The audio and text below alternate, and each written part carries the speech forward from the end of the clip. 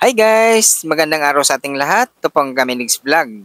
Nagbibigay tips tungkol sa pagre-repack ng mga gamit candy, manipis, crackers, sampalok, daily sweet beans, at iba pang mga kot-kotin. Guys, kung naghahanap kayo ng pagkakakitaan, mas maganda gawin nyo itong mga pagtitinda ng mga kot-kotin.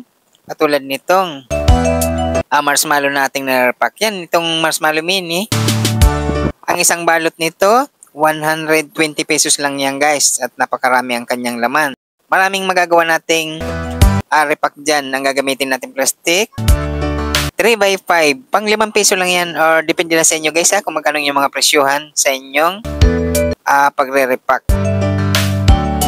Ayan yung isang balot na yan 680 grams lang yan, hindi yan umabot ng 1 kilo pero napakaraming laman niya guys. Lagpas pa sa puhunan natin ang tutubuin natin dyan. Kaya, wag na kayong mag-atubilin na magtinda ng mga kot-kotin guys. Nandito sa mga video natin sa ating channel.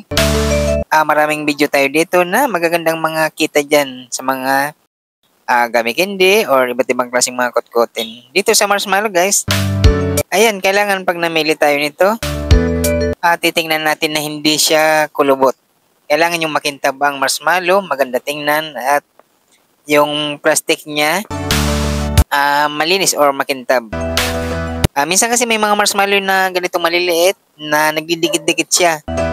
Kailangan titingnan nyo yung plastic niya na nakalobo at saka yung marshmallow hihiwalay.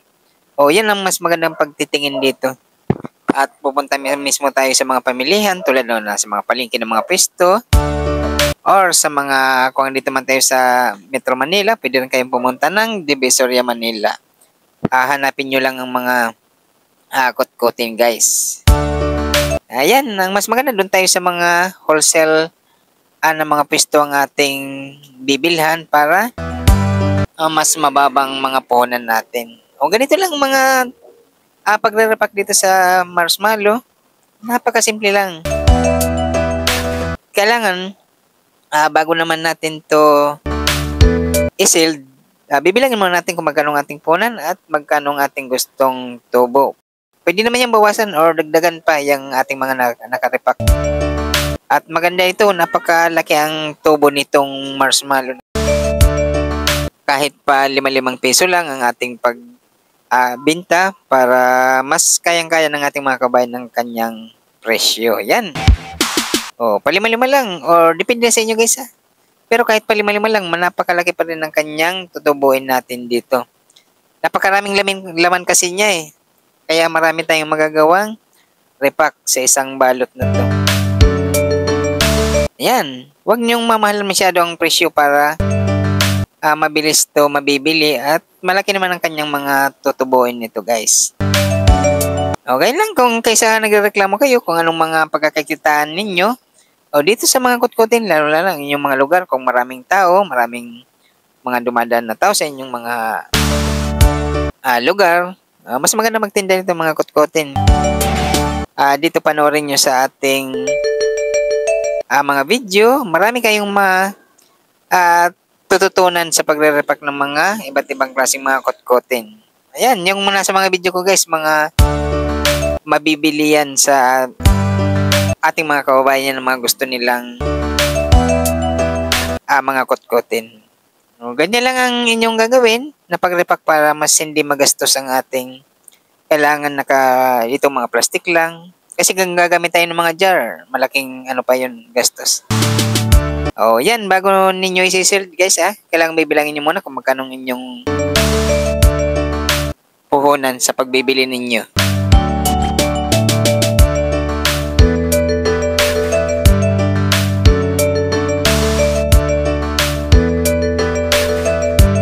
Mas maganda kung gagamit tayo ng mga heat sealer para maganda ang kanyang pagkaka-sealed at saka malinis tingnan.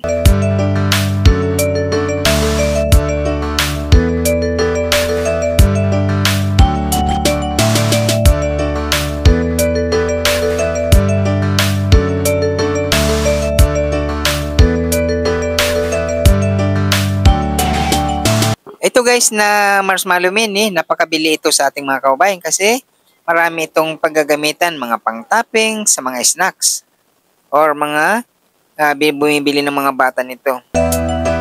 Kaya ito, mas magandang mga pangtinda. Guys, ito ang ating pagsasabitan nito sa karton lang ng cake. Mamaya, tapusin nyo itong video natin guys. Maiksi lang naman to.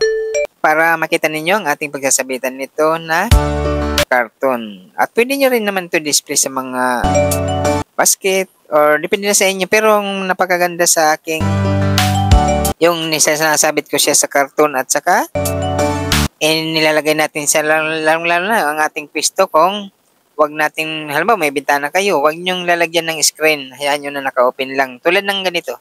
Yan maganda tingnan. At kitang-kita sa labas ng ating mga kababayan.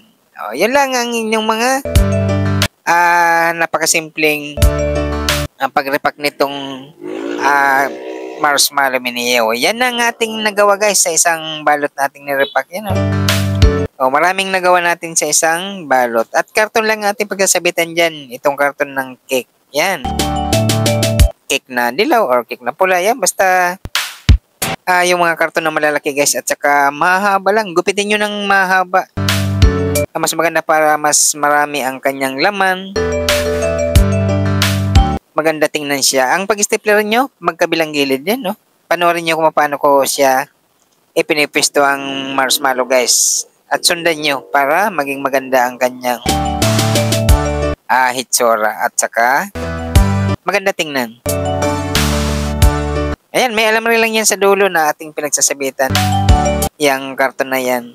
Guys, importante itong karton na to, wag ninyong ipapapotol sa ating mga customer na mga bumibili. Kasi maraming beses natin yan magagamit.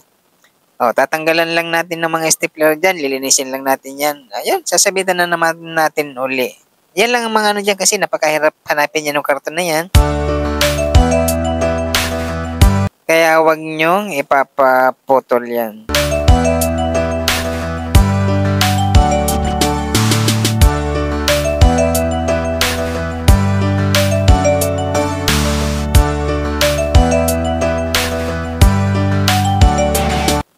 Ang gagamitin nating stapler dyan number 10 lang para mas madali matanggal sa karton.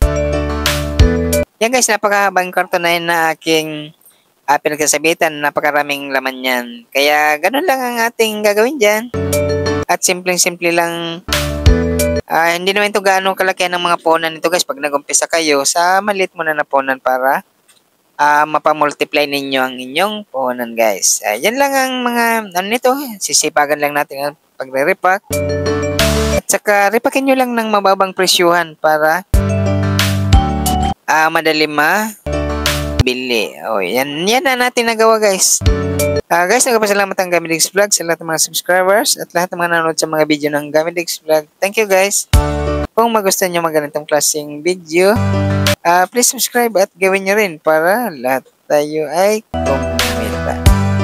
Thank you guys. Bye.